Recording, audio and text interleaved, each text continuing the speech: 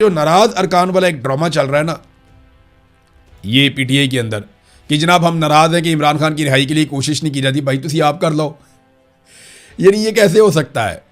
और वो लोग दावा कर रहे हैं जिन्होंने कभी इमरान खान का ट्वीट भी रीट्वीट नहीं किया। आप अंदाजा करें, ऐसे बुज़दिल लोग हैं, वो लोग निकल के आगे छलांगे मार के स्टेटमेंट दे रहे हैं कि सुहेल अफरीदी ने नहीं किया तो फलाने ने नहीं किया तो उसने नहीं किया तो अली अमीन ने नहीं किया। जिन लोगों ने कभी इमरान खान के ट्वीट को रीट्वीट भी नहीं किया वो लोग आकर इस किस्म की बातें कर रहे हैं। मैं हैरान हो रहा हूं, जिन्हें मैंने कभी गोली लगे हुए देखा ही नहीं, जिन्हें मैंने कभी डंडे खाए हुए देखा ही नहीं, ये वो लोग हैं जिन्होंने गिरफ्तारियां भी नहीं दी, या लंबे लंबे अरसे के लिए बंदे गिरफ्तार हो जाते हैं, वो भी नहीं हुआ इनके साथ, और अब ये आ गए हैं चूड़ी खाने के लिए, मजनू बनने के लिए। तो अजीबोगरीब सूरत हाल है इनकी। बहरहाल पीटीआई ने फैसला किया कि नाराज अरकान को मनाने के लिए बिल्कुल कोई राब्ता ना किया जाए। ज़बरदस्त बात है, ना करें राब्ता इनसे, बहुत अच्छी बात है। ये भी वैसे भी एक ड्रामा है और सोशल मीडिया के ऊपर उन्होंने उठाया हुआ है, पाकिस्तान के मीडिया के ऊपर उठाया हुआ है। वैसे आप मीडिया पे इमरान खान का नाम नहीं चला सकते, लेकिन नाराज अरकान प्रेस कॉन्फ्रेंस करें या कोई प्रेस ब्रीफिंग करें या मीडिया के साथ बातचीत करें या किसी प्रोग्राम में आए तो वहाँ पर आप इमरान खान का नाम चला देते हैं। तो लोग रोटी को चोची तो नहीं कहते ना, लोगों को पता है कि क्या हो रहा है। नाज़रीन, इकनॉमिक सर्वे और पाकिस्तान आया और इस सर्वे के मुताबिक पाकिस्तान में जिस शख्स की एक महीने की आमदनी 8,483 रुपये है वो शख्स पाकिस्तान में गरीब नहीं है। देखा आपने, वो आदमी जिसकी आमदनी पाकिस्तान में एक महीने के अंदर जो आदमी कमा लेता है 8,483 रुपये, वो आदमी गरीब नहीं है। क्या क्राइटेरिया सेट किया है इन्होंने। यानी अगर आप रियल तरीके से देखें ना, दुनिया में जो गरीब आदमी होने का एक क्राइटेरिया है कि इससे कम पैसे कमाने वाला गरीब है, अगर आप उसके ऊपर जाएंगे तो आधे से ज़्यादा पाकिस्तान गुर्बत की लकीर से नीचे जी रहा है। लेकिन ये लोगों को गुर्बत से निकालने के बजाय क्या करते हैं, गुर्बत का पैमाना नीचे ले जाते हैं। यानी पाकिस्तानियों को गुर्बत की लकीर से ऊपर नहीं लेकर आना, बल्कि गुर्बत की लकीर को मजीद नीचे ले जाना है ताकि ज़्यादा से ज़्यादा पाकिस्तानी जो है वो गुर्बत की लकीर से ऊपर आ जाए। कैसा फार्मूला है? 8,483 रुपये। यहाँ पे बरतानिया के अंदर एक आदमी एक दिन में सिर्फ 2 घंटे काम करे ना, पूरे महीने के सिर्फ एक दिन में 2 घंटे काम करे तो इससे बहुत ज़्यादा पैसे कमा लेता है।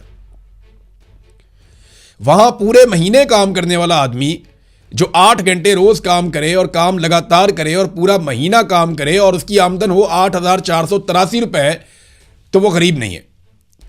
और यहां पे उतने पैसे, उससे बहुत ज्यादा पैसे 2 घंटे कोई भी एक आम आदमी करे ना, कहीं पे भी काम करे, कोई छोटा मोटा काम कर ले, तो वो उससे बहुत ज्यादा पैसे कमा लेता है 2 घंटे में, एक दिन में।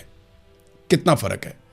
लोगों का म्यार जिंदगी कितना गिरा दिया है, लोगों को कीड़े मकोड़े बनाकर रख दिया है इन्होंने। तो अगर ये गुर्बत की लकीर का यही पैमाना है तो सरकारी मुलाजमीन का और जो आपके जितने भी पार्लियामेंटेरियन हैं इनकी तनख्वाहें 10-10 हज़ार कर देना।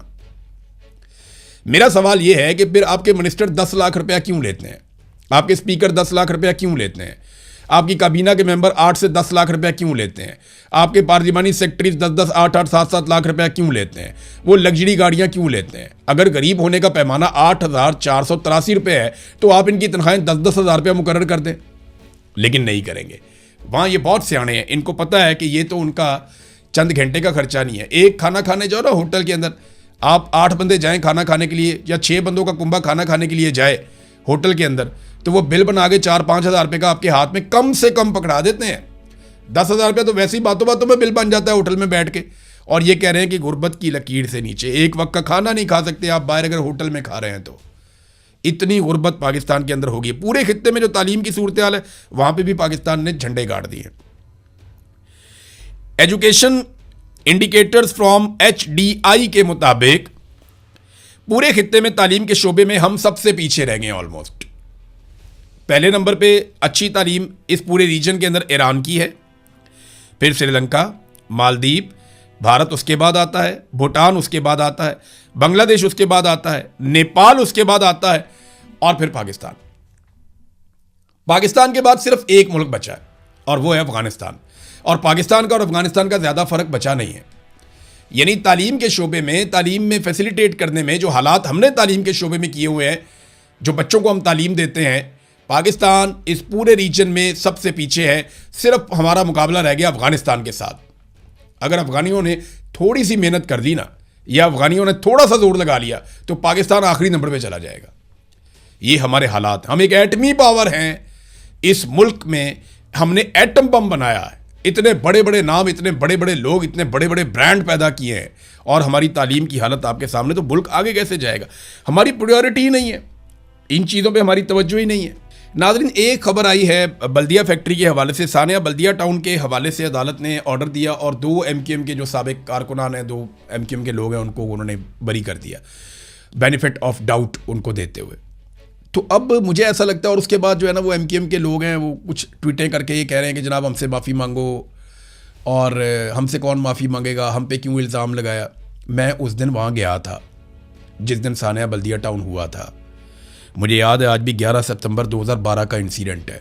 हम फौरी तौर पे वहाँ पे गए थे, मैं वहाँ 2-3 दिन रहा, मैं कवरेज करता रहा, मैंने एक एक चीज़ देखी है। हमाद सिद्दीकी और उसके लड़के जिस अंदाज में MQM ने घेरा हुआ था पूरे एरिया को, किसी को पर भी नहीं मारने देते थे, सिक्योरिटी फोर्सेस भी उनसे डरती थी, हर चीज़ उनके कंट्रोल में थी, वो मीडिया को आगे नहीं जाने देते थे, हर चीज़ को मैनेज करते थे, और हर इंटरव्यू वो खुद देते थे। जब कोई और आकर बात करता था वहाँ अपने लड़के खड़े करते थे। MQM ने जिस तरह यरगमाल बनाया हुआ था, 260 लोग जाम बहक हो गए। अब सुप्रीम कोर्ट या अदालत ने इंसाफ इस लेवल का दिया है कि अब पता चलता है सारे लोग खुद ही मर गए थे। बल्दिया टाउन का इतना बड़ा सानिया हुआ, कुंडियाँ लगा दी, दरवाजे बंद कर दिए, हर तरफ से लोगों को अंदर घेर के आग लगा के मार दिया गया, और अब खबर ये आती है कि वो खुद ही मर गए थे। यानी कोई अदालती इंसाफ मैसर नहीं है। तो पाकिस्तान जैसे मुल्क में इतने बड़े साने के बाद जब इंसाफ नहीं होगा तो कौन अपने आप को महफूज महसूस करेगा? कौन इस मुल्क में सरमायाकारी लेकर आएगा? यहाँ पे तो 260 आदमी मर जाते हैं, इंसाफ नहीं होता, कोई कमीशन नहीं, कोई रिपोर्ट नहीं, कुछ पता नहीं चलता कि किसने क्या किया और कौन इसके लिए रिस्पॉन्सिबल था। लोग बरी होते चले जा रहे हैं और ताने दे रहे हैं MQM के लोग। मैं MQM को ज़रा थोड़ा आईना दिखा दूँ। एक तो आपके साथ बहुत ज़्यादती हुई है, मैं ये मानता हूँ, महाजरों के साथ बहुत जुल्म हुआ, उनको दीवार के साथ लगाया गया, उनकी चादर और चार दीवारी का तकद्दुस पामाल किया गया और उनके लिए कोई रास्ता नहीं छोड़ा गया, बाद औक़ात उन्हें जानवरों की तरह मारा भी गया। इसकी कोई गुंजाइश नहीं थी जो मावरा अदालत कत्ल हुए।